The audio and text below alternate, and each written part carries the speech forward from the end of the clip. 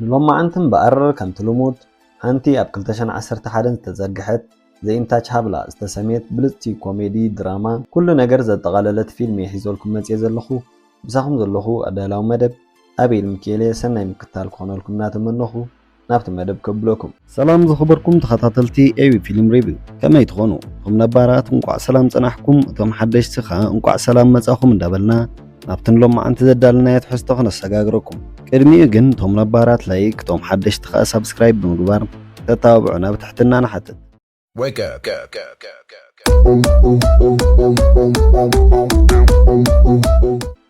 حدا مشات أب كتما باريس دريس نعمو فيليب بمكينة خزاورو إنا نرئي التي أب سيمافورم تباي زسلتو دريس بنهري نتحقاو سبيد ليميت بمتحس نتن مكينة بزيغزاق بمحلاف كحن بابي جمر بدحر زي التكبارو تسحبو بوليس الدحرقو خطلوا مس جمرو دريس كشكعون كم زخيل مس عمو 100 يورو يتحز انتقونا جن زبالو خقابرا ايكالن بتحت دلدل كحرفو خلو بتان بوليس بخلطي واغن بمعقات داو يبلوهم دريس حجون بملؤ رئيسة التأممان كشكوع من كابو حليفون كم زفانوهم كجبر كم زخيلن يزارب بو ايبكعن نتاعت حزوة زنبرا متنجنزب نبكلتا 100 يورو كبيبلو لوتون بوليس كان مكينو خمز ورد دحر مقبارهم دريس تواصو يجمر دريس عمو خنقساقس زي كእል مخانون ናብ ሆስፒታል ብቁልጡፍ ከብፅሖ ይኸይድ ከም ዘሎን ይዛረብ እቶም ፖሊስ ነቲ ኩሉ ምስተዓዘቡ ህፁፅ ረድኤት ከም ዘድልዮ ይርድኡ እሞ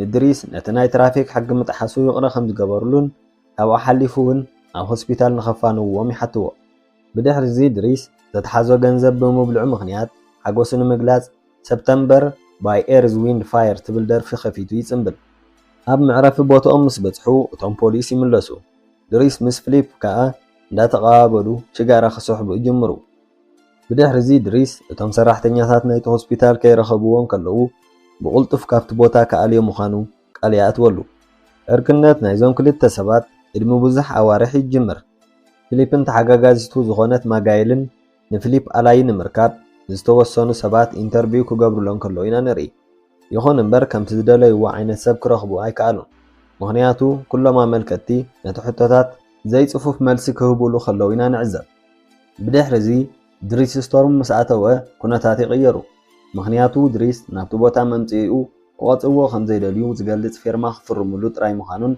بدحر زي بمنግስቲ ስራሕ ንዘይብሎም ዝግበር ረድኤት ተኻፋሎ ክኸውን ከም ዝኽእል ይዛረብ ድሪስ ቁሩብ ስነ ስርዓት ዘይብሉን ደፋሪኒ ዝነበረ ንማጋሪ ከይተረፈ ክሕጭጨላ ይረአ ይኹን እምበር ፊሊፕ እቲ ነቲ ስራሕ ዝምጥን ኮይኑ ስለ ዝረኸቦ ነቲ ዝተፈራረመ ወረቓቕቲ ንኽወስድ ንፅባሒቱ ተመሊሱ ክመፅእ ይነግሮ ድሪስ ንገዝኡ ድሕሪ ምምላሱ ምስ ጎረባብቱ ሰላምታ ይለዋወጥ ገዝኡ ምስ ኣተወ እውን ብሰንኪ ንእሽቶ ኣሕዋቱ ሻወር ንክገብር ይሽገር ሚና ሓፍቱ መፅያ ምስ ተቆፃፀረቶ ግን ኣብ ሰዓቱ ጉዳዩ የፃፈፍ ሚና ካብቶም ካልኦት ኣሕዋታ ብቑሩብ ተዓቢ ምንባራ ሓላፍነት ናይ ገዛ ብምሉኡ ኣብ እንግድዓኣ እዩ ድሪስ ኣዲኦም ክትመፅእ ብመስኮት እንዳረኣየ ኣብ ምፅባይ እንከሎ ኣዳማ ሓዉ ካብ ኩብር መኪና ክወርድ ይርዮ ኣዳማ ንገዛ ምስ መፀ ኣበይ ከም ዝፀንሐ ኣብ ዝተሓተተሉ ሰዓት ኣብ ትምህርቲ ከም ዝነበረ መሊሱ ብቁልጡፍ ቦርስኡ ኣልዒሉ ይወፅእ እሞ ድሪስ እቲ ቆልዓ ዝኾነ ደስ ዘይብል ስራሕ ይሰርሕ ከም ዘሎ ይርዳእ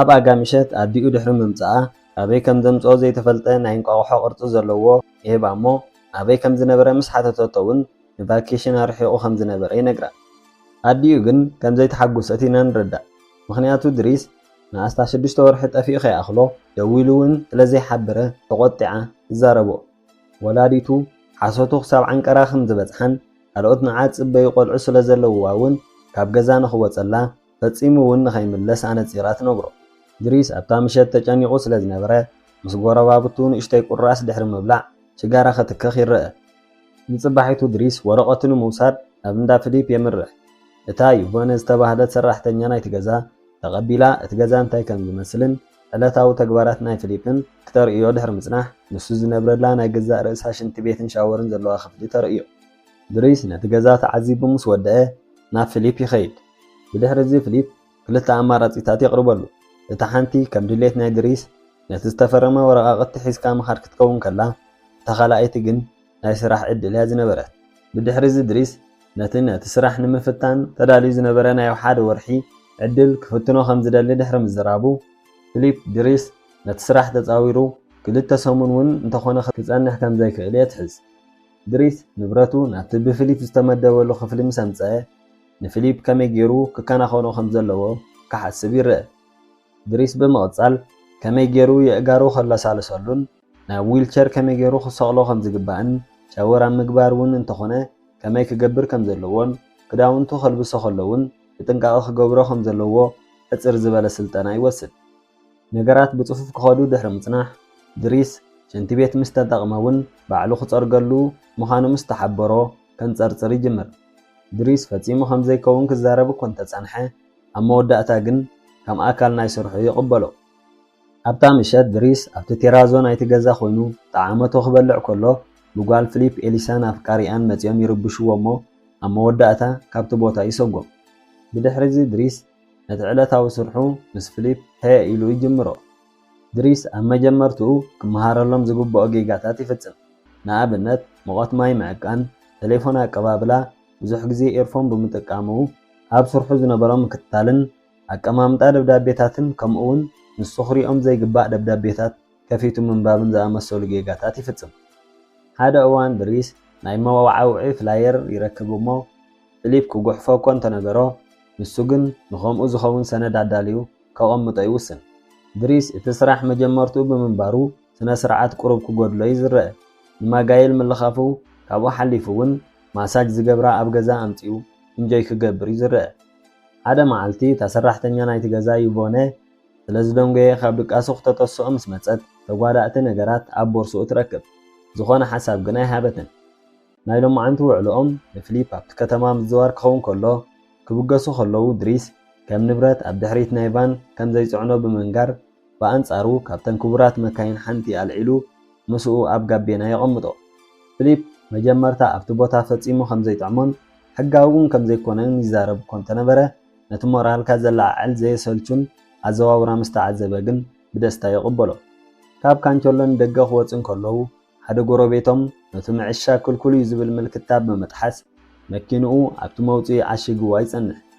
ድሪስ ተቆጢዑ ነቲ ሰብኣይ ብኻሌትኡ ሓኒቑ ንኸኣልያን ካልኣይ ግዜ ከምኡ ንኸይደግምን ይነግሮ። ፊሊፕ ብተግባራት ናይ ድሪስ ክግረም ከሎ ይቮነ ግን ንኻልኣይ ግዜ ዘይምስምማዓ ትገልጽ። ብድሕሪዚ ተተሓሒዞም ናብ ሚዝዮም ይኸዱ እሞ ፊሊፕ ክገዝኣ ዝደለየ ቅብኣ ድሪስ ወላ ሓንቲ ትርጉም ከም ዘይብላ ብምግንዛብ ክንድኡ ዝኣክል ገንዘብ ነዛ ዘይትረብሕ ስእሊ ከውፅእ ከም ዘይብሉ የማኽሮ። ብድሕሪዚ ፊሊፕ ምስ ሓደ ቤተሰቡ ይራኸብ እሞ ብዛዕባ ጠገለ ዘይብሉ ናይ ድሪስ ጠባይ ኩሎም ስድራ ቤት ተሸቒሎም ከም ዘለዉ ንፊሊፕ ይነግሮ። እቲ ዘመድ ብምቕፃል ናይ ቅድሚ ሕጂ ብገበን ተኣሲሩ ምንባሩ እውን ከም ዝበፅሖ ይዛረብ። ይኹን እምበር ፊሊፕ ናይ ሕሉፍ ታሪኹ ከም ዘየገድሶን ንድሪስ ከም ካልኦት ሰባት ከም ዘይድንግፀሉን ከም ኩሉ ሰብ ከም ዝሓስቦን ኣብ ቅድሚኡ ክዋዘን ክስሕቅን ከም ዘየሸግሮን በዚ ጠባይ እውን ብጣዕሚ ከም ዝፈትዎን ይገልጸሉ። ድሪስ ከም ኣመሉ ምስ ማጋሊ ፉሹል ሕጨጫ ድሕሪ ምውርዋር ምስ ይቮነ ኣብ ክሽነት ድራር ይበልዕ። ኣብ መንጎ ግን ፊሊፕ ንማጋሊ ዘፅሕፋ ዝነበረ ደብዳቤ በቲ መቋፃፀሪ ይሰምዕዎ። ይቮነ ናይ ውልቆም ዝርርብ ምዃኑ ምስ ተረድአት ግን ነታ መከታተሊት ማሽን ድሕሪ ምጥፋእ እቲ ዝግበር ዝነበረ ከምዚ ብምባል ክትረድኦ ትፍትን። ፊሊፕ ናብ ሓንቲ ኤሊዮነር ዝተባህለት ሰበይቲ ይፅሕፍ ከም ዘሎን ካብኣ ዝመፁ ደብዳቤ እውን ድሪስ ፈፂሙ ክኸፍቶም ከም ዘይብሉን ትገልጸሉ። ይኹን እምበር ፊሊፕ ነታ ሰበይቲ ብኣካል ክሳብ ሕጂ ረኺብዋ ከም ዘይፈልጥን ርክቦም ብደብዳቤ ጥራይ ምዃኑን ተብርሃሉ። ድሪስ ታሪክ ናይ ፊሊፕ ሰሚዑ ምስ ወደአ ንይቮነ ብዛዕባ ምስቲ ጀርዲነር ዘለዋ ርክብ ብምዝካር ሓጭጩላ ናብ መደቀሲኡ የምርሕ። ድሪስ ክድቅስ ክፍትን ከሎ ዘይንቡር ድምፂ በታ መከታተሊት ማሽን ይሰምዕ። ጽቡቕ ገይሩ ክሰምዕ ምስ ፈተነ እውን ፊሊፕ ሕፅረት ትንፋስ ኣጋጢምዎ ከም ዘሎ ይርዳእ። ድሪስ ከም ዘይሰምዖ ከስቅጥ እኮ እንተደለየ ነብሱ ምግባር ስለ ዝኣበዮ ናብ መደቀሲኡ ኸይዱ የረጋግጽ። ብዝጠልቀየ ጨርቂ ተጠቒሙ እውን ገጹ ክደርዘሉ ይርአ። ፊሊፕ ንሽዑ እኮ እንተደቀሰ ድሕሪ ዝተወሰነ ደቓይቕ ግን እንደገና ተበራቢሩ ኣየር የድልዮ ከም ዘሎ ይነግሮ። ድሪስ እውን ኣይሓመቐን ተቐላጢፉ ኣብ ዊልቸር ብምፅዓን ኣንሶላ ኸዲኑ ሒዝዎ ንደገ ኣውፅኡ ኣብቲ ገማግም ወሓዚ ሩባ የናፍሶ። ፊሊፕ ኣብዛ ሰዓት ድሕሪ ነዊሕ ዓመታት ንፓሪስ ብምሸት ይርአ። ኣብታ ሰዓት ፊሊፕ ተዛንዩ ንድሪስ መድሃኒት ብዙሕ ስራሕ ከም ዝሰርሕን ሓደ ሓደ ግዜ ግን መዲሱ ቃንዛ ከም ዝውስኽን ይገልጸሉ። ኣብ መገዶም ጽቡቓት ገራዙ ክሓልፋ ምስ ረኣየ ፊሊፕ ብዘለዎ ጸገም ምኽንያት ደቂ ኣንስትዮ ክቐርብ ብዘይምኽኣሉ ዕግበት ከም ዘይስምዖን ይኹን እምበር ሕጂ እውን ኣብ ከባቢ እዝኑ ማሳጅ ክገብረሉ ከለዋ ከም ዘዓግብ ይዛረብ። ምኽንያቱ ሙሉእ ኣካሉ ብምልማሱ ተሪፍዎ ዘለዎ ክስምዖ ዝኽእል ከባቢ እዝኑ ምዃኑ ይገልጽ። ነገራት ብሰላም እንዳተጓዓዙ ከለዉ ፊሊፕ ሃንደበት ናይ ሕማም ስምዒት ይስምዖ እሞ ድሪስ ካብቲ ዝጥቀመሉ ሽጋራ ወሊዑ የስሕቦ። ፊሊፕ ኣብ መጀመርታ እኮ እንተዘይፈተዎ ኣብ መወዳእታ ግን ብፍቕሪ ይዛዝምዎ። ንጽባሒቱ ንምሳሕ ናብ ሬስቶራንት ይኣትዉ። ብምዉቕ ዋዛታት ኣሰኒዮም ድሕሪ ምምጋቦም ፊሊፕ ታሪኹ ንድሪስ ከዘንትወሉ ይጅምር። ምስ ሰበይቱ ተምሃሮን ከለዉ ከም ዝተላለዩ ድሕሪ ምሕባር ነቲ ታሪኹ ኣሕፂሩ ድሕሪ መርዖኦም 5 ግዜ ጥንሲ ከም ዝተነጸላን ብዘይ ሓዊ ሕማም እውን ትሳቕ ምንባራን ይነግሮ። ብሰንኪ እዚ ድማ ንኤሊሳ ከዕብይዋ ከም ዘምጽዋ ይገልጸሉ።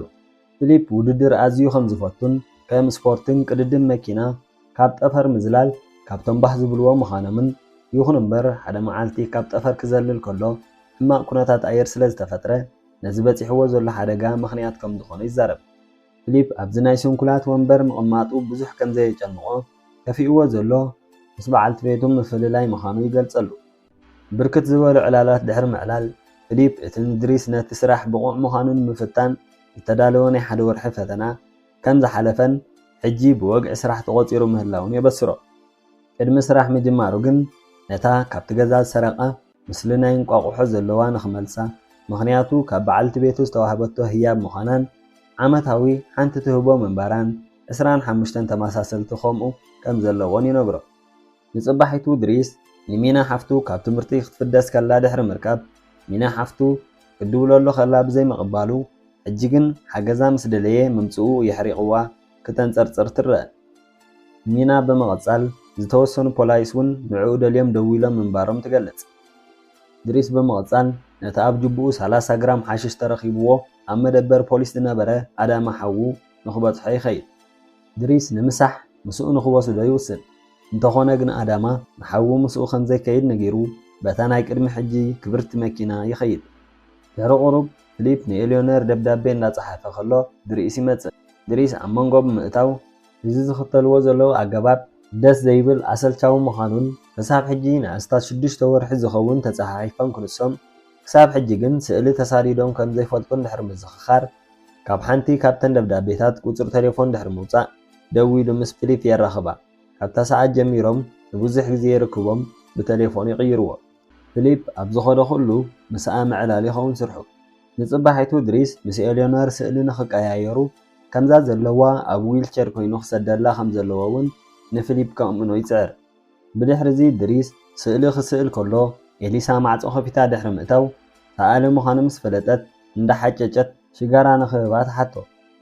ድሪስ ህፃን ቆልዓ ሽጋራ ማሕታታ ስለ ዘይተዋሕጠሉ ኣባሪርዋ ናብ ፊሊፕ ይኸይድ። ፊሊፕ ንዩቨነ ነቶም ናብ ኤልዮነር ክስደዱ ተሓሲቦም ዝነበሩ ስእልታት ብናይ ቀደም ገና ከይሰንከለ ከሎ ዝተሰኣሎም ስእልታት ክትቅይሮም ይነግራ። ዩቨነ ድሪስ መፂ ከይረኸቦን ከሎ ነቶም ስእልታት ኣብ ሳኬት ተቐምጦም ሃንደበት ድሪስ ነቲ ማዕጾ ብሓይሊ ከፊቱ ብምእታው ብዛዕባ ኤሊሳ እንዳንጸርጸረ ድሕሪ ምዝራብ ንፊሊፕ መስርዓት ከትሕዛ ከም ዘለዎ ይነግሮ። ዩቨነ እውን ብናይ ድሪስ ሓሳብ ክትሰማማዕ ከላ ኢና ንዕዘብ። ፊሊፕ ክዛረባ ምዃኑ ይሰማማዕ። ፊሊፕ ንድሪስ ይስእል ከም ዝጸንሐ ምስ ረኣየ እውን ይግረም። መዓልታት እንዳወሰኹ ይኸዱ። ብመንጽሩ ዕርክነት ናይ ድሪስን ፊሊፕን እውን እንዳደልደለ ይኸይድ። ድሪስ ሒዝዎ ንኽጻወቱ ናብ በረድ ይኸዱ። ዋላ እውን ንኽጎይ ካብ ገዛ ክወፅእ ከሎ ምስኡ ተማሊእዎ ይኸይድ። ብድሕሪ እዚ ፊሊፕ ካብቲ ድሪስ ዝነገሮ ተበጊሱ ንጓሉ ይቋየቋ። ድሪስ እውን በቲ መቋጻጸሪ ተጠቒሙ ክሰምዖም ይርአ። ድሪስ ክብኣው ምስ ወድኣ ንማጋሊ የርእያ። ማጋሊ ኣግርሞታ እንዳገለጸት ከላ ድሪስ ንኽስዕማ ቅርብ ይብላ እሞ ብስምባደ ጉንዲ እዝኑ ኣላዲዳቶ ትኸይድ።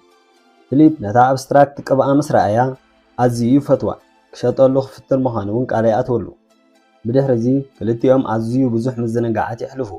ንኣብነት ሃይ ስፒድ ዘለዎን መካይን ተጠቒሞም ብፍጥነት ምኻድ ብሓደ ኮይኖም ኣመንዝራታት ምቑጣር ከይተረፈ ይገብሩ። ፊሊፕ ዕለተ ልደቱ ኣብ ዝኣኸለሉ እዋን ከም ኩሉ ሰብ ተሃንጢዩ ኣይተጸበያን። ዓመት መፀ ንሰብ ክብል ሕጉስ ከም ዘሎ ከምስል ኩሎም ቤተሰቡ እውን ኣብ ዓመት ሓንቲ ግዜ እንዳመፁ ብህይወት ከም ዘሎ ከረጋግፁ ክፍትኑ ከለዉ ምርኣይ ኣዝዩ ከም ዘሰልቸዎ ይዛረብ። ፊሊፕ ብምቕጻል ኩሉ ነገር ኣጽሊእዎ ከም ዘሎ ይዛረብ። ፊሊፕን ብምሉኦም ኣጋይሹን ብቐጥታ ናይ ክላሲካል ሙዚቃ እንዳተኸታተሉ ከለዉ ድሪስ ንኤሊሳ ኣብ ክፍላ ኮይና ክትበኪ ይረኽባ።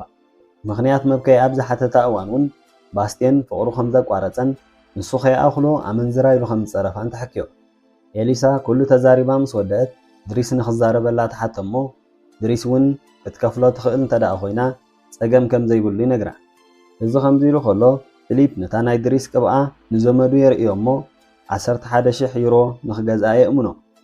ድሪስ ናብቲ ኣጋይሽ ዝነበርዎ ድሕሪ ምምላስ ምስ ዩቮነ ይቕመጥ።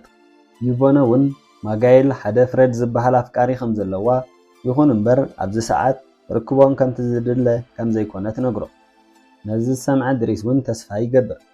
እቶም ሙዚቀኛታት ፀወትኦም እንዳቐፀሉ ከለዉ ፊሊፕ እታ ዝበለፀ ደርፊ ብመልክዕ ክላሲካል ምዃናን ጽቡቕ ገይሩ ክከታተላ ከም ዘለዎን ይነግሮ። ይኹን እምበር ድሪስ ክላገፀሉ እዩ ዝረአ።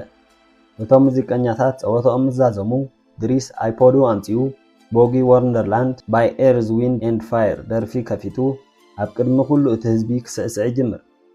ድሪስ ኣዝዩ ብሉፅ ዳንሲ ብምድናሱ ንብምልኦም ምስኡ ንክስዕስዑ የእምኖ። ፊሊፕ ነቲ ሳዕስዒት ኣዘናጋዒ ኮይኑ ስለ ዝረኸቦ ብሓጎስ ይዕዘብ። ናይ ምሸት ንፊሊፕ ምሳ ደቀሶ ድሪስ ነታ ካብ ኤሌኖር ዝተላእኸት ናይ መወዳእታ ደብዳቤ ከፊቱ ይህቦ። ኤሌኖር ስእላ ከም ዝሰደደትን ምልክዕቲ ምንባራን ኣብ ዝቕፅል ሰሙን ናብ ፓሪስ ክትመፅእ ምዃናን ንኽራኸቡ እውን ሽግር ከም ዘይብላን ክትነግር ከላ ኢና ንዕዘብ። እታ መዓልቲ ምስ ኣኸለት ድሪስን ዩቮነን ዝተፈላለየ ክዳውንቲ እንዳልበሱ ኣየናይ ከም ዘፀብቐሉ ይርዩ። ናብቲ ቦታ ቆፀራት ወስዶ ዩቮነ ስለ ዝነበረት እውን ድሪስ እታ መዓልቲ ከም መዓልቲ ዕረፍቱ ተጠቒሙ ናብ ባስቴን ድሕሪ ምኻድ ንኤሊሳ የቕሬታ ንኻሃታ ክሳብ ዝሰማማዕ ኣፈራርሖ። ብተወሳኺ እውን መዓልታዊ እንዳመፀ ፀጉራ ንኽሰርሓን ህያብ ንኽገዝኣላን ይእምኖ። ካብኡ ቆፂሉ ድሪስ ናብ ቦታ ስራሕ ኣዲኡ ብምኻድ ኣማዕድኡ ይርያ። ኣብቲ ሬስቶራንት ዩቮነን ፊሊፕን ነታ ኣዝያ ደንጉያ ዝነበረት ኤሌኖር ኣብ ምፅባዮም ዝርከቡ። ድሕሪ ናይ ሓደ ሰዓት ትፅቢት ፊሊፕ ተስፋ ስለ ዝቆረፀ ንድሪስ ደው ኢሉ መፂኡ ንክወስዶ ይሓቶ። ኣብታ ሰዓት ንሱ ካብቲ ሬስቶራንት ክወፅእ ከሎ ኤሌኖር ኣብቲ ቦታ ትበፅሕ። ይኹን እምበር ከየስተውዓለላ ይወፅእ። ኣብታ ምሸት ፊሊፕ ንድሪስ ሒዝዎ ብናይ ውልቆ ኣየርፕሌን ይኸይድ እሞ እቲ ነታ ቅብኣ ሸይጡ ዝተቐበለሉ ገንዘብ ይህቦ። ድሪስ ነዚ ምስ ረኣየ ካብ መጠን ላዕሊ ይሕጎስ። ንፅባሒቱ ተተሓሒዞም ናብ ገጠር ይኸዱ እሞ ፊሊፕ ካብ ጠፈር ምዝላል ክገብር ይውስን። ንድሪስ እውን ምስኡ ይልክሞ። ድሪስ ነቲ ነገር ክገብሮ ድሌት እኮ እንተዘይነበሮ ድሕሪ ብዙሕ ፍሽለት ግን ኣብ መወዳእታ ሕጉስ ኮይኑ ይዛዝሞ። ናብ ገዛ ምስ ተመልሱ ኣዳማ ኣብ ውሽጢ ንድሪስ ክፅበ ይጸንሕ። ድሪስ ኣብ ገጹ ዝነበረ በሰላም ምስ ረኣየ ክጎንሖ ይፍትን። ኣዳማ ኣብ ህይወቱ እንታይ ይፍጠር ከም ዘሎ ንድሪስ ክሳብ ሕጂ ኣይነገሮን። ኣብ ክፍሉ ንኽጸንሕ ነጊርዎ እውን ንኸይጭነቐ ናብ ሚና ደው ኢሉ ምስኡ ከም ዘሎ ድሕሪ ምሕባር ንኸደቅሶ ናብ ፊሊፕ ይኸይድ። ይኹን እምበር ፊሊፕ ድቃስ ከም ዘይመጾ ይዛረብ። ንድሪስ ምስኡ ኮይኑ ኣብ ሓንቲ ቅብኣ ንኽምልከት ምስ ገበሮ እውን ብዛዕባ ስድርኡ ክሓቶ ይጅምር። ድሪስ ኣብ መጀመርታ ክነግሮ እኮ እንተዘይደለየ ኣብ መወዳእታ ግን ኩሉ ነገር ይዕልሎ። ድሪስ ኣዳማ ናይ ስጋ ሓዉ ከም ዘይኮነን ኩሎም እቶም ስድራ እውን ብስጋ ስድርኡ ከም ዘይኮኑን ኣሙኡን ሓወቡኡን ምዃኖም ይነግሮ። እቶም ስድራ ቆልዓ ስለ ዘይነበሮም ካብ ሴኔጋል ወዲ 8 ዓመት እንከሎ ከም ዘምፅዎን ሓቀኛ ስሙ ባካሪ ባሳሪ ምዃኑን ይኹን እምበር ናብ ፈረንሳ ምስ መፀ እቲ ስም ካልኦት ሒዞሞ ስለ ዝፀንሕዎ ኢድሪስ ኢሎም ከም ዝፀውዕዎ ከምኡ እንዳበለ እታ ስም ናብ ድሪስ ከም ዝፀረየት ይገልጸሉ። ሓወቡኡ ምስ ሞተ እውን ካልእ ሰብኣይን ካልኦት ቆልዑን ከም ዝመፁ ይዛረብ። ብተመሳሳሊ መልክዕ ድሪስ ብዛዕባ ኤሊሳ ዝነገሮ ፊሊፕ ኣዳማ ስነ ስርዓት ከም ዘድልዮ ድሕሪ ምዝራብ ድሪስ ምስ ስድርኡ ኮይኑ ክቆፃፀሮም ከም ዘለዎን ዕድሚኡ ሙሉእ ምስ ሓደ ክንቀሳቐስ ዘይክእል ስንኩል ከሕልፎ ከም ዘይብሉን ድሕሪ ምንጋር ካብ ስርሑ የሰናብቶ። ንፅባሒቱ ባስቴን ነቲ ዝተነግሮ ህያብ ሒዙ ይመፅእ። ድሪስ እውን ኣብ ውሽጢ ኩሉ ንብረቱ ጠራኒፉ ንምኻድ ድልው ይኸውን። ማጋሊ ክትሰናበቶ ናብቲ ዘለዎ ትመፅእ። ንመወዳእታ ግዜ ክዋዘየላ ምስ ፈተነ ማጋሊ ምስ ፍረድ ተላልዮ። ብድሕሪዚ ድሪስ ማጋሊ ኣብ ደቂ ተባዕትዮ ድሌት ከም ዘይብላ ስለ ዝተረድአ ነቲ ክገብሮ ዝፍትን ዝነበረ ይቋርፆ። ድሪስ ካብቲ ገዛ ክወፅእ ከሎ እታ መቆፃፀሪት ንዩቮነ እንዳቐበለ ብዛዕባ ማጋሊ ሓስያ ከም ዝነገረቶ ፈሊጡ ከም ዘሎ እንዳተላገፀ ይነግራ። ዩቮነን እቲ ተሓቢኡ ዝነበረ ፋይል ተርእዮ እሞ ድሪስ እቲ ናብ ኤሌኖር ክስደት ተሓሲቡ ዝነበረ ስእሊ ምስ ረኸቦ ይሓድቕ ድሪስ ብሕርቃን ነቲ ፋይል ይድርብዮ ነቲ ስእሊ ግን ንባዕሉ ክኾኖ ምስኡ ይማልኦ ድሪስ ክወፅእ ከሎ ሓደ በዓል መኪና ነቲ መውፅኢ ዓፂዎ ይጸንሖ እሞ ካብ ስርሑ ምብራሩ ኣብ ግምት ከየእተወ ካብቲ ቦታ ንኽእለ ይነግሮ ኣዳማ ብዛዕባ ካብ ስርሑ ምብራሩ ምስ ሓተቶ እውን ድሪስ ብመደብ ምዃኑ ይገልጸሉ ድሕሪ ዝተወሰነ ሰዓታት ክልቲኦም ተተሓሒዞም ናብ ኣዲኦም ብምኻድ ካብቲ መደበር ባቡር ይወስድዋ እዚ ከምዚ ኢሉ ከሎ ፍሊፕ ምስቲ ሓድሽ ተሓጋጋዚኡ ንድራር ይቐርብ እሞ ኣሰልቻዊ ኮይኑ ይረኽቦ ብድሕሪዚ ፍሊፕ ወላ እውን ሓንቲ ኩላሶ ከይበልዐ ገዲፍዎ ይኸይድ ዩቨነ ምስቲ ጀርዲነር ድራር ንኽበልዑ ስለ ዝወፁ ኣብቲ ገዛ ንበይኖም ይተርፉ መዓልታት ምስ ሓለፉ ድሪስ ናብ ናይ ቀደም ህይወቱ ይምለስ ምስ ናይ ቀደም ይዕሩኽቱ ክወፅእ ይጅምር ነቲ ክብርቲ መኪና ዝሕዝ ወዲ እውን ኣብዚ ሰዓት ንድሓር ናብ ኣዳማ ንኸይቀርብ የጠንቅቑ ንፅባሒቱ ድሪስ ናብ ሓደ ስራሕ ኢንተርቪው ክገብር ምስ ከደ እኹል ናይ ስራሕ ልምዲ ከም ዘይብሉ ይንገሮ ይኹን እምበር ድሪስ ነቲ ዓምኡ ብግብሪ ከእምኖ ከም ዝኽእል ምስ ፍሊፕ ክሰርሕ ከሎ እውን ከምኡ ከም ዝገበረ ይገልጸሎ ብድሕሪ እዚ ከም ኣውቲስታ ኮይኑ ተቐፂሩ ንኽሰርሕ ዕድል ይረክብ በቲ ሓደ ወገን እውን ፍሊፕ ንምሉኦም ዝቁፀሩ ዝነበሩ ሰራሕተኛታት ክፈትዎም ኣይከኣለን ኣብ ሕማቕ ኩነታት እውን ይበፅሕ ሓደ ምሸት ሕፅረት ትንፋስ ይገብረሉ ይኹን እምበር ናብ ክፍሉ ወለሓደ ንኸይኣቱ ስለ ዝኸልከለ ዩቨነ ናብ ድሪስ ደው ኢላ ንኽሕግዞም ትፅውዖ ኣብታ ሰዓት ድማ ድሪስ ሒዝዎ እንዳኸደ ከሎ ምስቶም ናይ መጀመርታ ዝሓዝዎም ፖላይስ ከም ዝተራኸቡ ንርዳእ ብድሕሪኡ ድሪስ ንፍሊፕ ሒዝዎ ናብቲ ገማግም ባሕሪ ይኸይድ እሞ ፍሊፕ ካብቲ ዝነበሮ ይረጋጋእ ብድሕሪ እዚ ሓደ ግዜ ድሪስ ናብ ፍሊፕ እንዳኸደ ዘድልዮ ነገራት ክገብረሉ ይርአ ከም ጭሕሚ ምልፃይ ብሓደ ናብ ሬስቶራንት ምኻድ የዘውትሩ ሓደ መዓልቲ ናብ ሬስቶራንት ድሕሪ ምውሳድ ንሱ ምስኡ ከም ዘይጸንሕ ምኽንያቱ ካልእ ዝመጽእ ሰብ ከም ዘሎ ይነግሮ ድሪስ ጽቡቕ ዕድል ብምባል ተመኒሉ ክወፅእ ከሎ እታ መጀመርታ ዝወሰደሉ ቅርፂ እንቋቑሖ መሊሱሉ ይኸይድ ፍሊፕ መን ከም ዝመጽእ ስለ ዘይፈለጠ ተሸቒሉ ቀባሕባሕ ክብል ይጅምር ኣብ መወዳእታ እውን ንግስቲ ናይታ ምሸት ኤሊዮኖር ምዃና ምስ ፈለጠ ካብ መጠን ንላዕሊ ይሕጐስ ኤሊዮኖር ኣብ ዊልቸር ምህላው ምንም ከም ዘይገድሳ ምስ ረኣየ እውን ብዕፅፊ ይድሰት እቶም ክልተ ይዕርኹን ዕርክነቶም ክሳብ ሕጂ ቀፂሉን ጠንኪሩን ይዝርከብ ክቡራት ተኸታተልትና ንዝተፈላለዩ ጽምብላት ከም ኣውደ ዓመት መርዓ ሕፀን ጥምቀትን ዝተፈላለዩ ባህላዊ ነገራት ከም ክዳን ሓበሻ ሽፎን መሶብን ካልእን ዝኣመሰሉ ነገራት ካብ ኣዲስ ኣበባ ክትጠልቡ ምስ ትደልዩ ብመስመራት ቴሌፎናትና 0025 19 53 84 3289 ከምኡውን 0025 17 03 34 08 28 ብኢሞ ዋትስኣፕ ቴሌግራምን ቫይበርን ክትውከሱና ከም እትኽእሉን ናብ ዝደለኹምዎ ሃገርን ቦታን ብኣድራሻኹም መሰረት ክንልእኸልኩም ከም ንኽእል ነበስር እምበኣር ዝኸበርኩም ተኸታተልቲ ኤቢ ፊልም ሪቪው ቪድዮና ክሳብ መወዳእታ ስለ ዝተኸታተልኩሞ ምስጋናና ብቓላት ዝንገር ኣይኮነን ንሎም መዓንቲ ሒዝናዮ ዝመጻና ነዚ ዝተኸታተልኩሞ ይመስል ከም ዝፈተኹሞ ኣይንጠራጠርን ዝኾነ ሓሳብ ወይ እውን ሃናፅነ ቐርፌታት ኣለኩም ኣብ ኮመንት ከተቐምጡልና ንሕብር ክሳብ ቀጻሊ መደብና ሰላም ቀኒዩ